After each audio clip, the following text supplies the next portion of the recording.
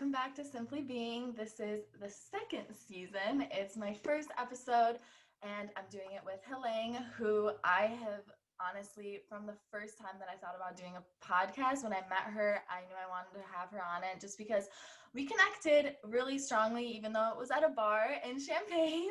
But you can honestly just feel some people's energy, and it really resonates sometimes. So I'm really glad that we made it work. But I am just really excited to have you on. Thank you so much for coming, and I'm really excited for this conversation. Yeah, likewise. Thanks for having me.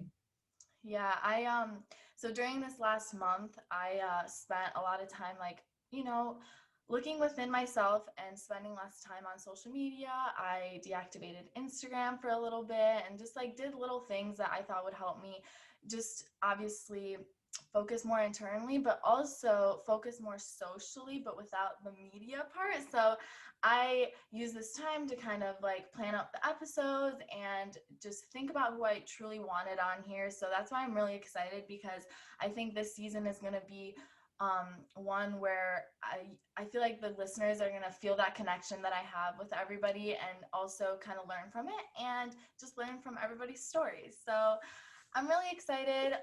Is there anything you want to start off with, Helen? Yeah, I mean, I guess I can just briefly walk you guys through my upbringing and kind of like where I'm from or whatever. But so I grew up, I actually was born and raised in Chicago in the suburbs, the northwest suburbs of Chicago, Buffalo Grove. And I about before starting second grade is when I moved back to China to be with the rest of my family because at one point during my childhood, this was probably when I was 6 or something, my dad moved to China to start his business. So then before second grade, me, my mom, and my sister, we moved back there to be with him. And I went to school there from second grade to sixth grade. And yes, I did go to a full on Chinese school. So it wasn't international. I basically had to pick up a brand new language, even though I am born and raised Chinese. Like my parents are first generation immigrants. So that was definitely a huge culture shock, as you can probably imagine. But I obviously made it through and learned a lot. And then before starting seventh grade is when my entire family moved back here to Buffalo Grove again. And from then on, I've been in the country ever since. But I've definitely moved to moved from one school to another and just I attended a lot of different schools and met a lot of great people. But I think as a young adult, it can be very, or adolescent in this case, it can be very overwhelming. And it definitely took a toll on my kind of just sense of self, right? Because you're constantly moving from one place to another. So that was definitely it was big, it was overwhelming, but uh, I wouldn't be here as who I am today without all those experiences. And you know Yeah, no, that's really, I did not know any of that, first of all, but yeah, I think when you first moved and left, how did that feel? Because for you, I'm sure a lot of people leave their country to come here and start their life and all of that, but for you, it was kind of like you had your life here and you had to go back. Did that feel how did you feel towards your parents and all of that? Did that really affect your relationship with them? How do you explain that? I would definitely say yes, because I remember, and again, this was a long time ago, so it was kind of a blur, Of but course.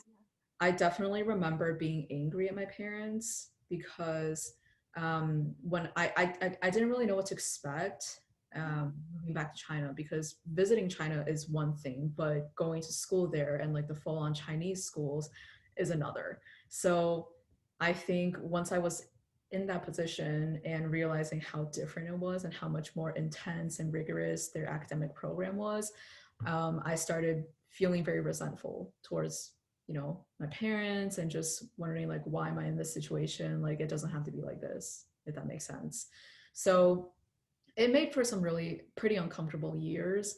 And again, with the whole, I think, like Chinese Chinese people generally, when they raise their kids, it's a lot of tough love. So um, it's one of those things where feelings are not really communicated to each other, and um, your academics and kind of like your personal achievements are always on the top of your list. So I think growing up was just like, again, like I said before, it was kind of a blur, and at the same time I didn't really have the time or headspace to think about other things like my feelings or just my mental health, for example, because I had to, there was only one thing on my mind, which was my academics and just getting good grades and making sure that my parents are proud and all that. So, um, so yeah, it was a pretty intense couple years, and then even coming back here, I mean, it was essentially another culture shock because I spent years getting accustomed to the Chinese lifestyle, right? And then I had to come back here and then kind of relearn everything almost because even though like I still understood English and I could speak it, I was very hasty at it. So coming back here, I like had an accent, and I remember getting made fun of when I was in middle school and such. But obviously, that's ancient history. But to bring back to your question, it's just like interacting with my parents. I think a lot of it has to do with just all these experiences shaping up to it. So Yeah, and that's why I was actually going to ask, like, did you feel more foreign when you went there, or did you feel just as foreign, if not more, like when you came back because of all that, extra experience that you had gotten that people here would not understand? So I I applaud you for that because as a little kid, dude, I just moved to California now and like already I'm like, it's difficult to kind of assimilate into a culture and to do it when you're so young and like when you can't even explain those feelings, and when it's a completely different country, it's like 10 times if not more harder in my opinion, because like for me, I moved from Albania when I was 8. Well, it was a day before I turned 8, so I always mess it up and either say 7 or 8, so people think I'm probably lying, but that is the explanation for it. But anyways, so I did that, and I have never empathized with myself back then more than I do now that I had to move away from my family again. And now I'm like, I empathize with whatever that little girl was like feeling and thinking, because I couldn't imagine doing that now, and I'm so much older. So, we have to just kind of recognize how much our younger selves have gone through. And I'm really excited to hear more about like how that experience shaped, your relationship with your parents then on, because I know we've related a lot on mental health and how important it is, and how we've both kind of like uh, once we started to understand the importance of it, have kind of switched up how we do our, spiritual and like life journeys. So I'm sure that all of these experiences have really impacted that for you. So it's something to be grateful for sure, but so yeah, how do you how would you say you first kind of started understanding how important your mental health was, and when did you start to kind of put all the pieces together of like, oh hey, I'm feeling this way because of all these experiences and so on? yeah, for sure. That's a very good question. And honestly, my first, um, so I was diagnosed with depression when I was a junior in high school. So around 16, I was 16 years old at the time. And this was obviously a very new concept to me, and even more so for my family members, especially my parents, because again, the Chinese culture just there's such they're raised in such a different way. Like with my parents, it just um, it's just I think the concept of mental health is not really it's not really even a concept to them. So um, when I was diagnosed with depression in high school, I realized there was something wrong, and then obviously I got the treatment I needed, and did that for about a year and a half, like inpatient and outpatient, and then it came with a lot of therapy and just even nutrition counseling. So after that, I went to college, and I would say I kind of just like I was pretty good for a couple of years, and then stressful life events happen, and then they kind of like relapse. But um, I want to say I started really becoming aware of, okay, this is why I'm feeling like I'm acknowledging what I'm feeling, and then understanding why that's why I'm feeling that way. I didn't really get to that point until like the second time I kind of exhibited those consistent symptoms again in junior year of college. And I think a lot of that has to do with maturity and just being more self-aware and developing more emotional intelligence. But I think it's I definitely consider it a huge blessing, because I like being emotional, as weird as that sounds, because I think that helps me be more in tune with not only myself but be able to empathize with other people when I interact with them. And I think that's a really crucial skill to have, and a lot of people unfortunately lack it. And that's why I have always been a huge advocate, not only because I've been through it myself, but I want to continue being an advocate for it, to influence others, to just be more aware of, this Yeah. situation. No, I'm really glad that you said like you're blessed that it happened again in a way so that you could understand like what was truly happening, because honestly like it is almost a blessing in disguise, because who knows if you would have had this emotional intelligence and like understanding of yourself if you never went through it again, and it was just kind of this ongoing cycle of like adding on a layer of just like sadness and like misunderstanding of like who you want to be and like your purpose. Because I know with me and anxiety and depression and those things, it's still hard for me to even put a diagnosis to it, because I feel like now when I think about my childhood, let's say, even though I was a happy kid, at heart, the thoughts that I would have, and just when I even would hear about depression and how I would be like, wait, am I depressed? Like, no, I'm not depressed. No. Even that as like an 8-year old, like that shows that I was obviously thinking that maybe, yes, like these feelings were valid, and like I should have thought that maybe I should have seen someone or a therapist or whatever, but I never really did until later on in college for me as well. And that's when I started to kind of dig deeper and be like, oh wow, like I have this trauma, or like, oh wow, this thing or this thought, this ruminating like idea is what's causing this sadness in me or whatever. So it's like, I don't Right. know, I feel like I resonate with that, and that's why I really like that you mentioned it, because I think if we don't understand and we don't have these moments of like quote unquote bad in a way, then we will never really understand how to help others who are also feeling it. And then also, like, I don't know, to keep ourselves from feeling it sometimes. Because sometimes we do put ourselves in those situations and those mental states. And if you know what got you there, then you don't allow yourself sometimes to, get back to it. And other times you will, because it's hard to always stop, but Yeah, absolutely. Yeah, I would say the two biggest things I've learned from therapy is, one, the only way to get out of it is to go through it, right? Like, it's pretty cliche. I mean, it's pretty cheesy saying, but it's so true.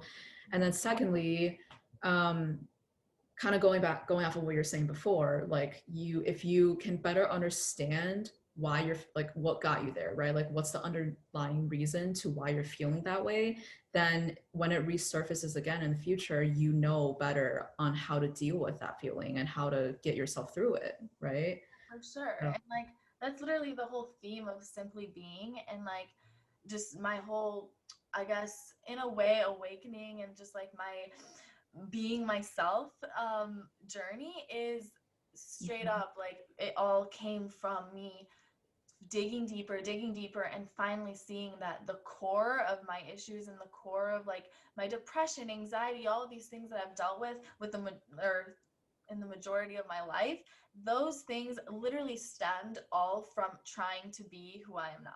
And like once I started to just like pull off a layer and a layer and a layer, like that's like who I became and who I kind of remembered that I always was. That's what's kind of healed me, and that's what I want to use like that energy to heal everybody else, because sometimes like the smallest little things can really impact your health. Like just even I noticed this with deleting social media for a little bit. Like constantly seeing things that remind you of like what you lack, even that small thing, if you take that out for a little bit, it reminds you that, hey, that's where that insecurity is coming from. So now that I have Instagram back, I'm not saying that I'll be perfect at it, but now when I start to scroll and see, wait, why am I getting pissed off every time I scroll? Wait, it's because all these girls literally look better than I do in this very moment. It's like, duh. So Right, exactly. But having that awareness, right, is it's super important because again, recognizing those things like those triggers and the things that cause you to feel a certain way, and kind of like navigating yourself around it, and just help better yourself and your emotional state is a super important quality to have.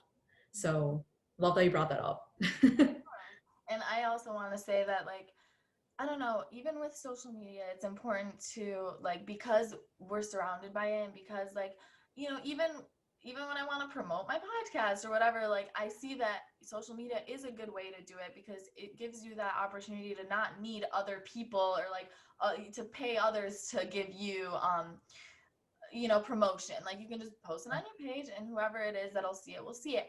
That can be positive, and that's what keeps me on sometimes in different parts of the year or whatever. But even then, it's important to kind of keep in mind that, like, we are the ones, like, if we're positive on there, it's going to be positive. Like, so I appreciate that you, for example, like, even the comments that you make, it's not just like, oh, you look good. It's like, hey, I love this, or like, I love that you're doing this, or you message me. And it's just so, I don't know, I've always felt so much positivity from that. And I just encourage other people to also, like, if you're gonna communicate with people on there, or like if you're gonna make a presence on there, at least make it positive, because that's all we can do in a sense, because we're not gonna all stay away from it. Like, a lot of people are planning to stay on there forever, so might as well make it a good place to be.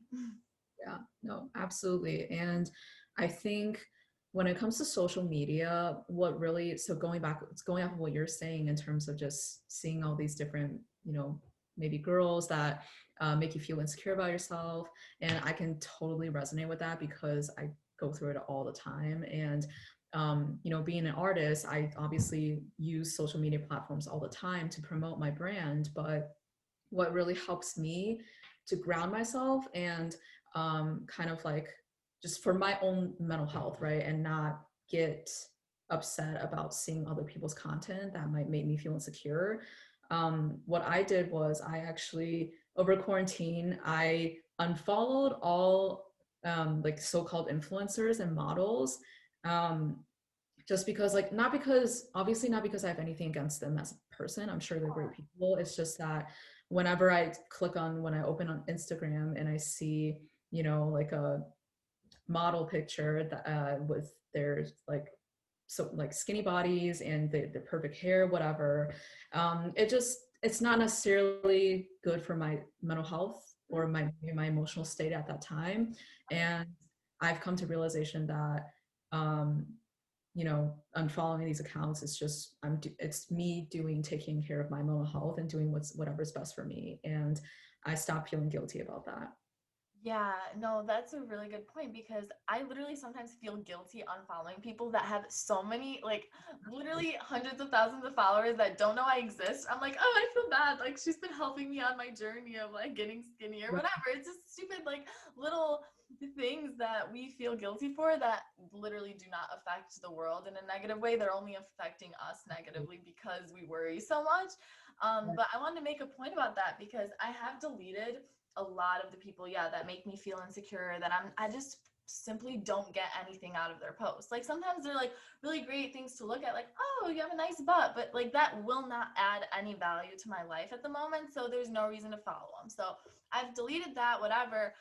But what really, like, kind of made me have a wake up call was I noticed that my Discover page was literally all models, clothes, stuff like that. And I noticed, like, I literally only follow like either spiritual accounts or accounts of like my friends that I know personally, or sometimes people who are like into yoga or diet and stuff like that, that seem to be like very positive.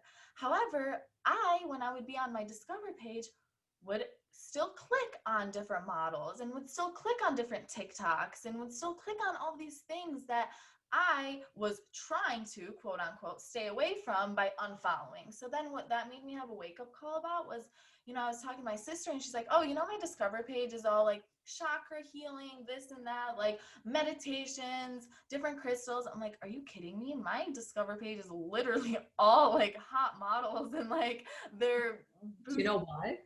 yeah. And she's like, that's up to you. Like, it's because you're clicking on it. And even though you say it's so negative for you and you don't want to surround yourself with it, clearly, like, you're not ready to truly, like, just give that up and not be surrounded by it. Because clearly, the reason that your For You page is like that is because that's what you seem to be interested in. So Your I was sister's doing that. lady. Huh? Your sister sounds like a wise lady. She's literally only 21 and she just gives me such amazing advice. But, Love um, it. yeah, so after that moment, I started to kind of pay attention to what I'm doing. And I did notice that, when there was certain quotes, like I wouldn't click on those, but I would click on like the girl next to it. So now I've definitely been more mindful of that. And even before I deleted Instagram, I made like my goal was for my For You page to, not have a single TikTok, not have a single thing. And I got it to be that way. So I do want to mention that as a quick thing for people to just kind of pay attention that sometimes, even though we don't want something, we don't want it so bad that maybe we are attracting it, because maybe I'm like jealous of those girls, but I'm clicking because I'm jealous and I'm like keep scrolling, so Right. You're clicking on them and you're just seeing you're jealous of them and you're like, well, what can I do to look like this? Or what can I do to be like her, you know? And it's sometimes it happens subconsciously, but that those are things that you need to realize and recognize and do something about, right? If it's truly bothering you or derailing your mental health. um, I also love that you brought that up because even for me, I mean, what I do. So for me right now, it's getting a little bit better, but I notice the same thing in terms of just on my Discover page. I'll see things that I'm desperately trying to stay away from, right? Like model girls, um, this, that, and the other, just things that I know I wouldn't want to see on a daily. And what I would do is that I won't click on it, but I would click on that, like the three dot icon, mm-hmm. click on it and then click on not interested. I don't know if you know about that feature, but Oh, you so can actually do that. Yeah. And I've been like every time I see it, that's what I do. And then I think over the span of a couple of days, I've been seeing less and less of that and more of like, music tutorials, self-help quotes, or just like, mindful stuff like that, right? Like spiritual guidance or accounts like those. And that's definitely more me. So yeah, makes me progress. definitely like adding something to your life as opposed to, inhibiting your potential in ways, because when we're sad, we don't have time to, dig deeper into our own potential. Like that's what I realized, like without social media and creeping on people who, might, or it may seem like they have better lives than me, then I wasn't giving space for myself to improve my own life because I'm so busy worrying about theirs, so Exactly.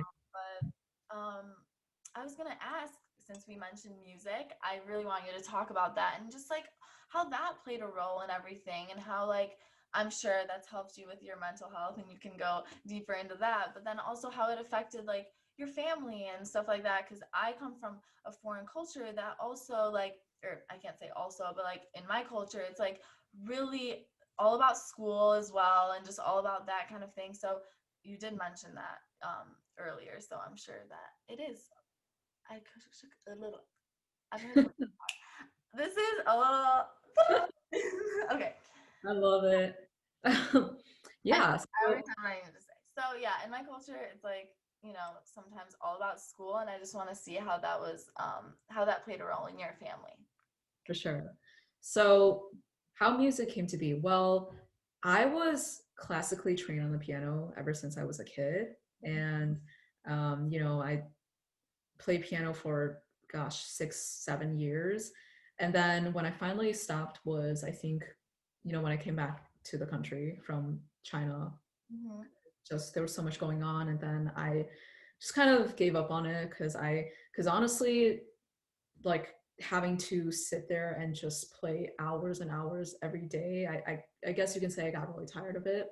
Mm-hmm. So I kind of gave up on it, and then But throughout middle school and high school, I was in the choir. Like I also sang. I love singing, and I still do it for fun. So, I was in the choir, and I even took private vocal lessons and just kept like my musical spirits going. And then it wasn't until college, because it's funny because now I'm a DJ and I make electronic slash house music. So people are just probably a little bit confused. They're like, you went from a pianist now to a DJ, like what is going on? And so where that electronic side yeah came in was when I was in college. I mean, well, to backtrack a little bit, I really got into EDM house music when I was in high school, and that's because I started using SoundCloud a lot. And I remember, I think it was Cascade who got me into electronic music, and then I've just been going to festivals and concerts for years and years and just falling in love with the scene. And then it wasn't until junior year of college when I started getting into DJing, because I realized that I started becoming friends with more and more DJs. And then I loved seeing them on stage and just doing what they love doing and kind of like making an impact on the crowd, right? Just making people dance and seeing the smiles on their faces just really resonated with me. And then I figured, wow, how cool would it be if I could actually be the person to share that experience with other people, and kind of like bring people together with good music, right? So because I also like just loved curating playlists for people and just getting complimented on having good taste in music, it just made me feel really good about myself, and then made me feel good about just making others happy by doing so. So got into DJing, and then after DJing for a year and a half, now I got myself into actually producing, like getting into the studio and producing my own music, because I realized that I want to be unique, right? Like I want to develop my own brand and then develop a style of music that's going to be unique and still that people will love, and just still bring them together the same way I would bring people together by DJing, right? So that's kind of how it all came to be. And now it's just like you said, it's been such a positive impact on my mental health. Like without my production stuff, I honestly don't know how I would have gone through this whole year, really, just through quarantine, because obviously with no events happening, I'm not really getting any DJing gigs, which has definitely been stressful. But what's nice about that is just me being able to devote more time into this in the studio and just perfect my craft and just learn more and more every day, because there's so much to learn. Like you're like as a producer, you're always learning. There's so Oh, much yeah. out there. um, and then in terms of how it affects my relationship with my family, it actually, like my parents have been very supportive of me and my decisions towards just my personal and professional development. And quite frankly, it hasn't always been like that, because like I was mentioning before, kind of being raised by first generation parents, you're always pressured to get good grades and focus on your academics and just be successful, right? Personal, like professionally, especially. But I think, like I was saying before, going through all of that whole ordeal of my mental health thing back in high school, I think that made my parents realize that maybe they were a little bit too hard on me in the past, and maybe they should be more empathetic when it comes to what I really want and need for myself. And I think ever since then they've been just way more lenient on whether it's parenting or just letting me make more decisions for myself, and being more respectful of my feelings, I guess, in general, right? So yeah, and that's something I'm really grateful for, because if I didn't go through that experience, then maybe my relationship with my parents right now would look completely different. Mhm. So yeah, I like they're very supportive of what I do right now. Like I'm not even really working like a full-time 9 to 5 corporate job, so called.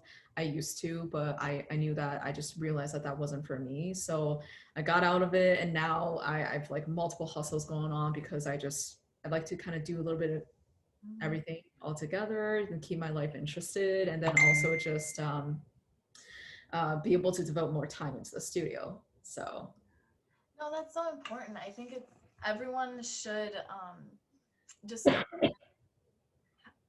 if they're not thinking about it, at least like begin to think about whether, that corporate world or like just because they were in something, they have to stay in it forever. I think it's important to be like, hey, maybe this isn't for me. And I think parents and just even people our age, honestly, sometimes look down upon that and they're like, oh, well, you're going to have to like work harder to make sure that it works out because you're going to be living paycheck to paycheck to think, oh, is it, am I going to make enough this month or as opposed to the other month? But if you're in a job that you're unhappy with, I think that's much, much worse than being stressed out a little bit if you're going to make it because at least you're more passionate about it. It's like, oh, I fucking made it this month, But so I'm really glad to hear that. But then also with my own experiences, the reason I brought up like the whole parent thing and how that has impacted your music is because for me personally, like I've had to really break down my parents' ideas of like what success is with my own stuff. And like, they think that, graduating medical school should look like, every single hospital wanting you to work for them now because you finished as an MD. But now that I'm going to be an ND, I'm going to have to, get my own patients and work at hospitals that accept holistic medicine. So that's definitely not going to be, every single one. And then also, possibly have my own practice, which that's my whole idea anyway. So I don't have to worry about the other stuff. But it's, I relate to it because, yeah, my parents at first, like, they were completely like, all these expectations, all of these, high, very high standards. And, once they realize that, hey, my daughter is unhappy and like, their life is on the line, then that's when they, had to break out of that. And it's cool that someone else relates to that because sometimes kids are scared for their parents to find like the truth. So they live with that the rest of their lives and they're never able to have that, transparent relationship with them because they never got to see that transparency. But with me, my parents were like forced to see it because like, there's like one thing after the other of like, hey, no, you think people should never smoke weed? Well, I do. One. Hey, you think that people should, do pre-med, go right away to college or to med school? Nope, I'm taking a gap year. And then, hey, you wanted me to be an MD? Well, I'm gonna be an ND. So it's just like consistent. And then, the next thing that I disappoint them with, they'll be used to it. Exactly. I love that you said that because it's I can totally relate to that. I mean, um, again, going like what I was saying about my experience in junior high or high school, it was almost like a wake up call for my parents, right? Because they realized that, oh, maybe we've been too hard on her or just kind of, uh, yeah, maybe they started questioning their own style of parenting, which like, this is by no means me giving them crap on how they raised me because obviously I owe them so much. Like I literally owe them my life for like shaping me, like raising me and shaping me into who I am today. But the going through that process and just all those different experiences and kind of reshaping my relationship with him right now is it's huge, right? And I think um, I remember you saying earlier that a lot of kids these days, they are almost afraid to express themselves, even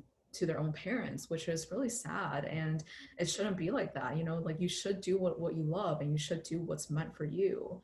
Mhm. So No, for sure. And, me too, like with the whole parents theme again, I also like, with this podcast in general, I'm so vulnerable that, I've told people like, "Oh, yeah, my parents have been strict about this. Like my parents have yelled at me about this. And I know that, either they're going to hear this or like other people might hear it and be like, oh shit, like her parents are crazy. But I also want to give a huge shout out to them. And like, I love them so much. And I'm so not only like proud of myself for being able to like break down these walls, but also proud of them for being, so open and still understanding, even though I pushed down on so many of their buttons in a way. And like, and people in our culture, even like a lot of people, my age are just these perfect examples of like what a kid should be. And, so my parents, their relatives and like people they're around have not gone through or, you know, understood their kids to the level of like how my parents have had to understand me. And I know that must have been so hard for them. Like, you know, not only like moving to a different country and like all this and thinking, oh, like my kid's gonna turn out this perfect angel. And then like having to understand that, hey, I'm not the, you know, the angel that they thought, but like I can be a different kind of angel and that's okay too, you know? So it's just all, we're all learning, and our parents are just, you know, adults in general are literally just grown up kids. Like their consciousness and like all that, it's been the same ever since they're little. We're just growing on it and expanding based on experiences, but the core is still the same. So to expect that adults are any more aware or awake than us is just, you know, it's not realistic. And so I'm Yeah. glad we're able to understand that. Yeah, no, absolutely. And I think another thing to keep in mind is that our parents, like the way they're raising us or the way they've raised us is a reflection of how they're raised. So that's why whenever I look back at, you know, the things I've gone through in the past, whether the good and the bad, and you know, towards the bad, if I feel resentful or feel ashamed of or just upset over, I would always just remind myself that, you know what, you love your mom and dad. They did everything they can to raise you and give you the best life they could. Um, but you know, they're human, right? They will screw up sometimes, and the way they the way they attempted to parent you is obviously a reflection of how they were raised. And I can imagine, I mean, when they were my age back in China, it was just obviously a completely different story. And I can't imagine how hard it must have been for them, you know? So just keeping that in the back of my mind and being more, again, like being more mindful and being more sympathetic of others helps me get through stress and just, you know, maybe bottle up anger and all that stuff, right? For sure. So, No, that you said that beautifully. Honestly, like my mom, you know, in Albania when she was growing up, it was communist and it was very just like order, order, order. And, you yeah, know, even though me and my dad disagree on a lot, I feel like with my mom, it's so hard to connect. Like, you know, it's hard to for her to find something out about me or like me tell her something I've done or whatever. And it's hard for her to ever relate. Like with my dad, it's a little bit more because guys, you know, during that time just had more freedom, like to do certain things like party or whatever. And like girls, my mom says it's not even that she didn't have the freedom, but it's just like people just didn't do that. Like they didn't have the desire to do certain things that girls now do. yeah, But in my opinion, I think they did have the desire, but they thought they just couldn't even imagine. So they just like suppressed all of that. But that's a different story. But yeah, I wanted to say that it's like it's simply just hard to connect with her because she, you know, on certain things obviously, and it's because she literally like cannot imagine like putting herself in situations that I've put myself in. And so of course she's not like, oh yeah, I did that when I was little. Like sometimes my friends will even be like, oh, I'm sure she gets it, like she was your age once. And I'm like, dude, do you understand, when she was my age, like she did not even, she wasn't even around the things I'm around. So how could she even like even begin to understand? So no, I'm glad that we're bringing that to, you know, our awareness, because it's just it's hard sometimes. You're like, dude, you were my age, why can't you understand like people do this? But they don't, they can't even imagine it. So whatever. But I think also another thing that comes from that resentment comes from, I mean, is the, so let's say your parents say don't do something nowadays, and like if you do it anyways, and you know the, you know, you know that you might be getting yourself in a situation that your parents don't approve of, but you're like, I'm still doing it. I'm talking about myself. Let's say I do it.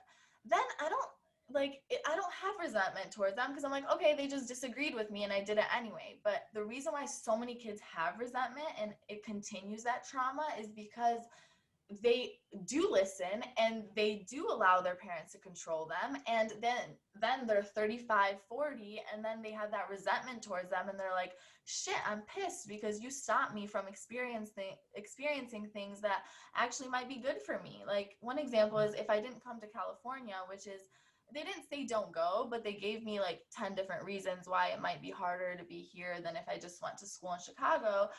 But if I didn't come, I would have definitely resented them. And I told them that, and I said that's why I'm going, is because I don't want to have this negativity towards you guys and to feel like you guys stopped me from achieving my dreams.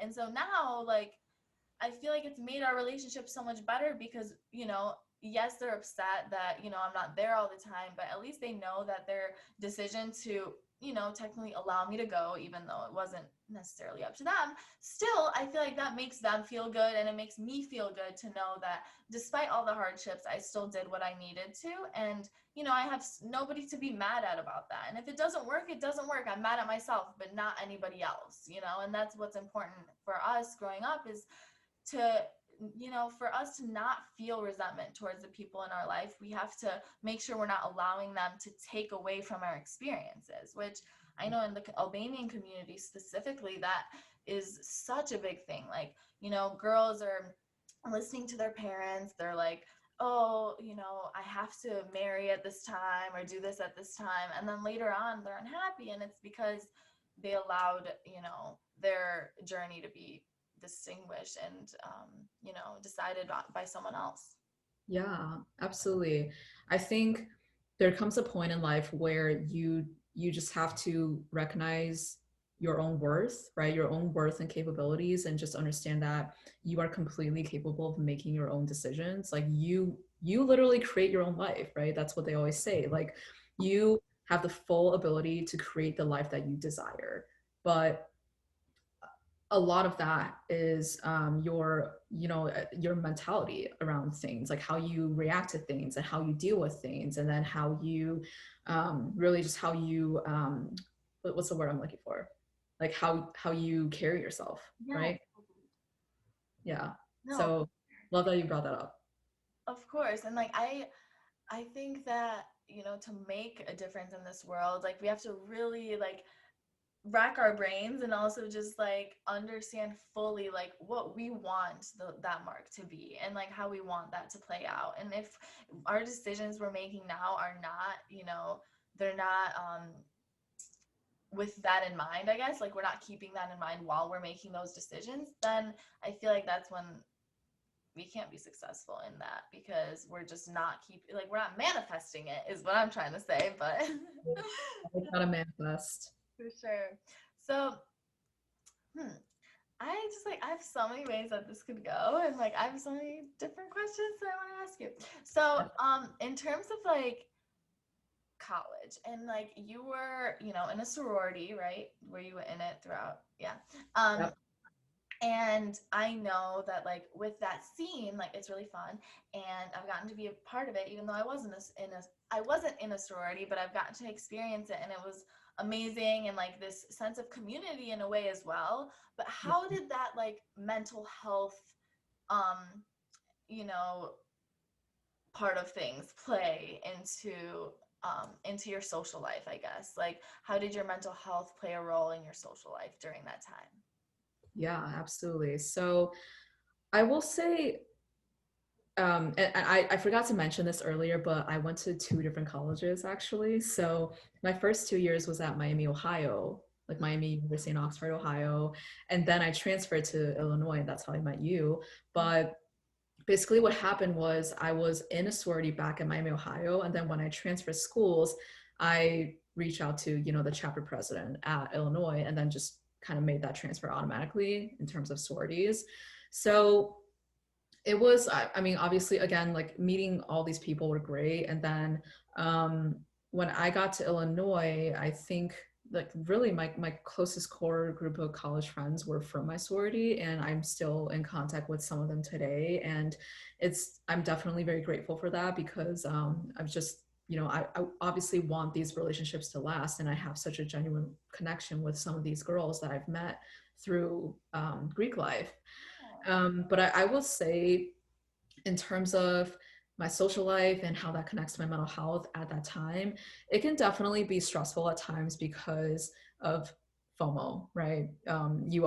There's always so much going on. Like you have a social event, you have a mixer every day, and then like a date event on the weekends, and then you have to go through the notions of like oh, like who do I ask? Who do I bring to these date events? And just stressing all over your outfit planning and just all this stuff. And it can be really fun. Like most of the time, I would say it's more fun than stressful. But I think um, finding a balance between your social life and your academics and your, you're doing things for yourself is very important. And thankfully, I've never really struggled with that because I think I always had an idea of like what I really wanted to do for myself, despite all my mental health problems. But I think that's a characteristic I've always had growing up, and I think part of it is due to like the Chinese way of parenting is like go go go hustle. You have to like do things for yourself, like this, that, and the other.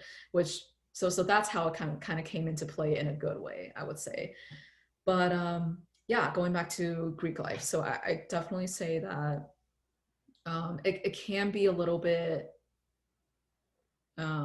what's the word? I think what I'm going for is just when you're around these people, when you're in this scene a little too much, you can definitely feel like you're in a bubble sometimes, and it can be, sometimes it can be exclusive. It can be a little bit challenging for your mental health because you're constantly worrying about, oh, am I going to fit in or not? Like, or comparing yourself to other girls in other sororities, right? Like seeing their stuff on social media, or maybe seeing, like, I remember maybe seeing their stuff on social media and then seeing that they've been hanging out with this particular frat, and then I am sitting there wondering why I'm not there, or like why I'm not included. Does that make sense? So I think things like those definitely can cause stress. And then um, if you're getting involved romantically with a frat, like a guy from a frat, that can also cause a different set of drama and problems. So it's it was an interesting time, but again, I choose to look at the bigger picture, and I'm eternally grateful for the friendships I've made uh, by being a part of Greek life. So that was my experience.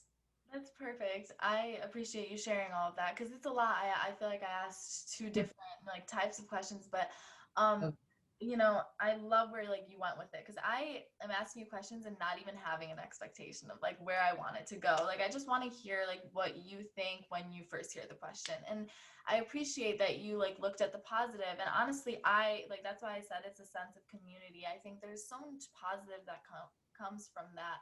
But with me, for example, like I decided not to do it because in high school I had an experience of, where my high school friends, it was a huge group. We went to Mexico with like 50, 60 people. I don't even remember how many it was, but yeah, I always felt like a need to fit in, a need to be out with them because like my parents were strict. They wouldn't let me go to a lot of things and I would see like they're out. I'm like, oh my God, I'm missing out. So for me, Yeah. for my mental health, it was better that I didn't do it.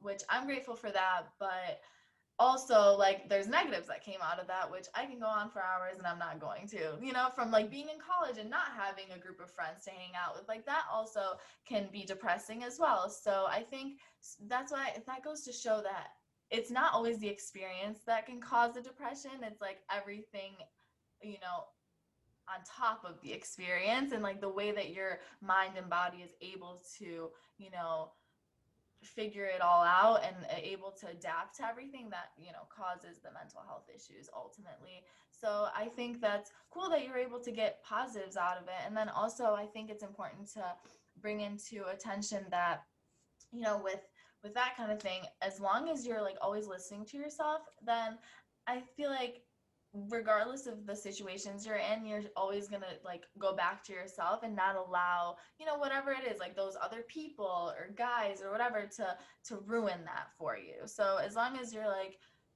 your understanding of your intentions and like what you want to get out of something, then it doesn't matter if it's a frat, sorority, like you can get through it. So that's cool. Absolutely. Exactly. Yep. I think I definitely felt a lot of FOMO though with those date events and everything when I was a freshman because like my roommate, her sister, everybody that was in the dorms were in sororities and I wasn't, and so they would all like get dressed up and do all that, and I would just like eat out of bowls and watch watch the show. I remember one time one of the girls was like, I'm gonna go to happy hour. I want one of those edibles you're eating. So I gave it to her and it was literally 5 milligrams, nothing at all. But obviously she was used to like drinking a lot, but not, taking edibles or smoking. So she comes back literally 30 minutes later. She's like, my boyfriend started to look like a dinosaur. I'm never doing this again. Oh my God. Oh my God, that's so funny. I felt So so did she not make it? Because she just got way too high. no, she just came back. She's like, I'm done with happy hour. That was really funny. That's it's really funny because when I was a sophomore, and this was back when I was still in Miami, and I remember we had a coyote themed date event, and for some reason I thought it was a good idea to eat a fourth of an edible, like a brownie, and I. At that time, I didn't think it was anything. Honestly, that was my very first time eating an edible. I had no knowledge on how strong they could be, or how like the whole spiel, right? So I ate that, and guess what happened? Just out of my mind. Half an hour later, I remember at the bar, I just like I couldn't even look my date straight in the eyes without just falling to the floor laughing. You know, so it was bad. I literally just had to like dish him. I was like, I gotta go. I'm sorry. I mean, that's such a similar story than like what I experienced with it was my roommate's sister my freshman year of college. But yeah, you never know. Like, I would joke around with them because they thought I couldn't handle alcohol because I wasn't drinking as much as they were. So I had that over them. I'm like, well, I gave you an edible one time and I can take that and go party all night, but you couldn't. But no, it's funny. Good time. Um, what would you say is something now, let's say, that once you do get into your thoughts, like besides music, what is it that you remind yourself? Because I feel like anyone listening, and especially during this time that everything's just kind of jumbled up in the world, I feel like we need constant reminders to help us stay on task. So, what is it that you remind yourself when you're kind of still feeling down? Absolutely. So I always remind myself to, like, whenever I start feeling anxious or sad about something, the first thing I do is to tell myself to calm down, to slow down. Like, I'll slow down my breathing and literally just remind myself to stay in the present, because I think a lot of times people feel anxious and feel, negative emotions because of the fact that they can't enjoy the present, or just be in the present, right? Like, and that those are things I learned from meditations and, like, therapists, is that when you really slow down and look around, there's so much vibrant energy around you that you don't realize, because you're so consumed in, like, getting that task done at work, or scrolling on social media and admiring other people, and you're like living in a bubble and not getting yourself out of it and enjoying what's really around you, like nature, the flowers, the trees, or even like just the fresh air that you're breathing, right? So I sound so zen right now, but it's true. And that's what I remind myself of. So that would be the first thing. And if that maybe doesn't go a long way, then that's when I go to my typical coping methods, like meditation, listening to some music, or just rekindling with a friend maybe that I haven't talked to in a while. Just talking to people definitely helps a lot for me, because I've always been an open book, and I just like connecting with people, knowing that I'm not alone in this, if that makes sense. For sure. I would love to call you if I'm ever sad, and vice versa. You're always able to call me because connecting with people is the number one thing that always just kind of brings me back, and it's like, hey, like you're not alone. Everyone has those days, but also I love that.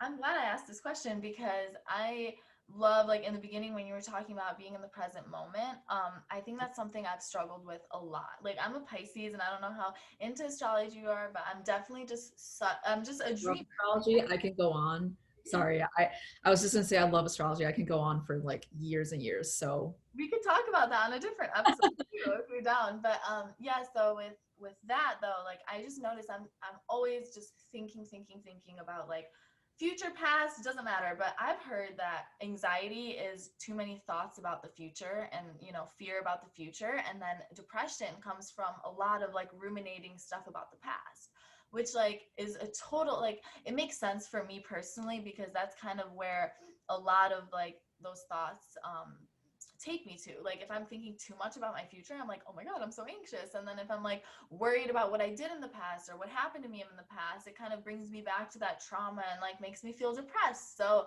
I have definitely like just forced myself to be present. Like literally, if me and my roommate are like making a table, like we're putting our table together, or my mom calls me, and instead of like talking to her while doing something else, like instead of doing that, I'll just sit and talk and just listening to her voice. And or just when I'm getting ready in the morning, like playing music and getting into it and making it a fun event. And that's what it is. And like making your hangouts with yourself fun, I think that's another thing, because a lot of times we think of like what we're doing on our own as like busy work of like, oh, I got to get this done, I'm going to do this, and then I'm going to have a fun night and hang out with my friend. It's never like, oh, I'm going to, well, and not that it never is. I feel like I've heard people say, I'm going to have a fun night by myself, but you don't hear it as much. It's not like, I'm so excited to hang out with this girl Fiorda later. Like, I never say that about myself. So, yeah, but then so many times it's like, oh my god, I'm hanging out with a new friend and we're gonna do this, and somehow it becomes this like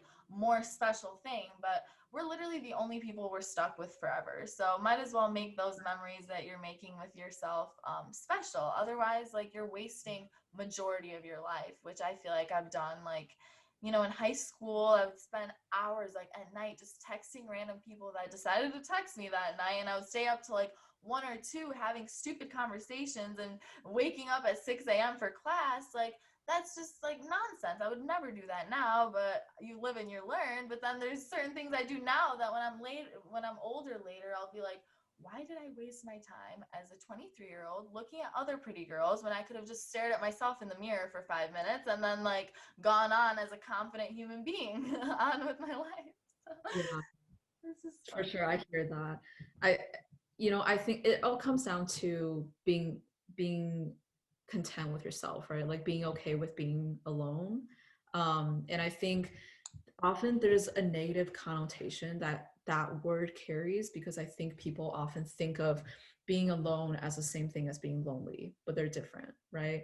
So I think understanding the difference and understanding that it's okay to be alone, and you should really take the time to focus, like, develop yourself and just understand what you really want and need, and understand what you need to do to be the best version of yourself. Because I mean, quite frank, well, to be quite frank, I've struggled with that for a long time too. And even like recently, this past year, I think I remember when COVID started happening and we went into lockdown. I mean, obviously it was very stressful for everybody because it's such a new thing, and like just nobody had any idea what was going on.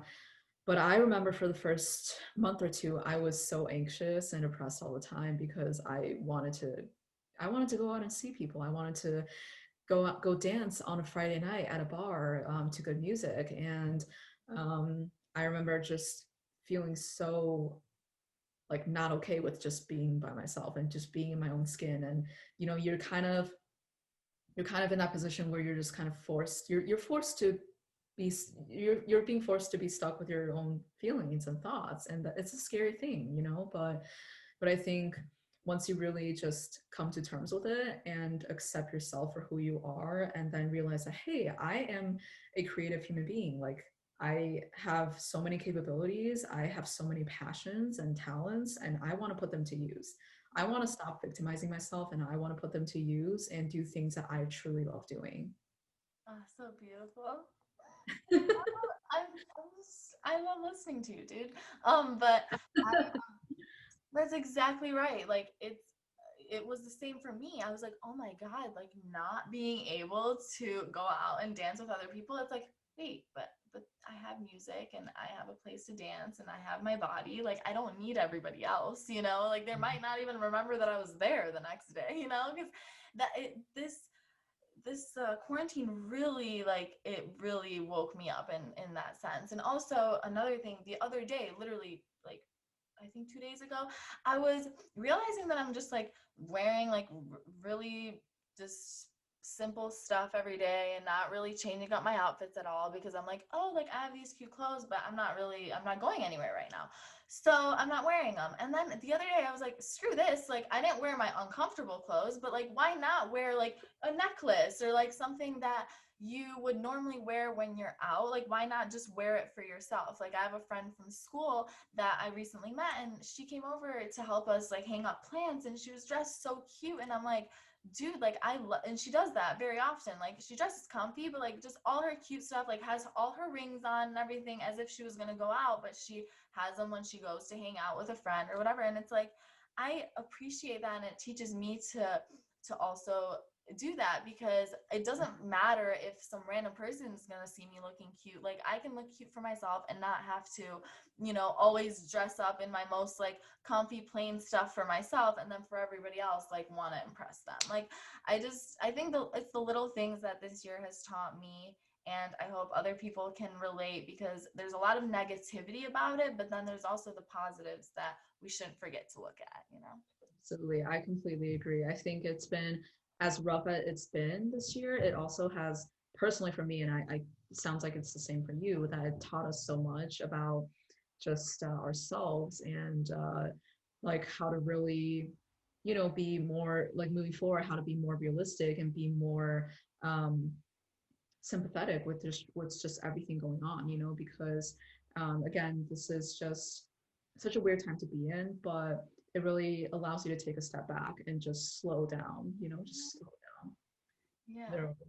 for sure. And I hope that, people have had that time to slow down and to focus on themselves, because a lot of people are really fearful and scared, and if you're, making, or sorry, if your brain is so full of fear and like you're worried about everything and doing all that, like I feel like sometimes it doesn't have the time to like think about itself and not worry so much about the rest of the world. So I think, like, I just want to give a little reminder to everyone to, focus on yourself for a little bit, and to not, like, just don't turn on the news sometimes for a few minutes, because I feel like, sometimes when I'm home, like my parents are really scared, they're watching the news, and I'm like, like, if you don't surround yourself with that fear, like, you wouldn't really think about it as much. Obviously, it's important to know what's going on, but still, like, to a certain extent, and it can actually be harmful if you're constantly trying to, even on Facebook, like surrounding yourself with everybody complaining, like even that can be negative. So yeah, Yeah, just a little reminder, I guess. But yeah, absolutely. but anyways, I feel like I could go on forever, and I just want to give you the space to say anything that you haven't said. And obviously, I'm going to call you like soon here in the next few days, and just talk about like anything else that we're passionate to talk about, because it was great to, conversate with you, and we always have this platform is what I'm trying to say. So Yeah, yeah, is like there anything that you want to say, based on the conversation we had today, that you want to, leave off with? yeah, well, first of all, I just wanted to thank you so much for having me here. I mean, I love having these conversations with people, but especially with you too. Like you mentioned before, I mean, like when we first met, it was just that energy, that connected us, and it like we both knew it was special. So really appreciated this time with you, and also just wanted to say to like all the listeners out there, like please don't feel ashamed of, or just it could be like ashamed or just feel bad for asking for help when you need it, because I mean, and COVID or no COVID, you should never be ashamed for asking for help, whether that's seeking professional help or even just talking to a friend about your feelings because you're having a bad day. Like there's nothing wrong with that. And I think a lot of times these days people just, they they think, maybe they think it's something they can overcome on their own, which is totally understandable. But I just think that it gets to a point where, if you, the more you bottle up your feelings, the worse it can get, right? And you need to realize that you yourself, you're worthy enough of investment to seek help. And if that means professional help, go seek help because you are worthy of an investment. So that's the message I want to send. Thank you so much. And I just want to express my gratitude to you for talking about all these vulnerable things and just like giving your insight on things that aren't normally talked about. It's literally so hard. I didn't realize until I started doing this podcast because, after the fact, even sometimes it's like, oh my God, I said all these things, but like to have made that decision to express yourself to the world, like I appreciate that so much, and I'm so grateful that you're a part of this journey and this project with me. Yeah, so thank you, and I really hope to see you soon. Absolutely. Thanks, love. Take care. Bye. Bye. See you all, and thanks for tuning in to Simply Being.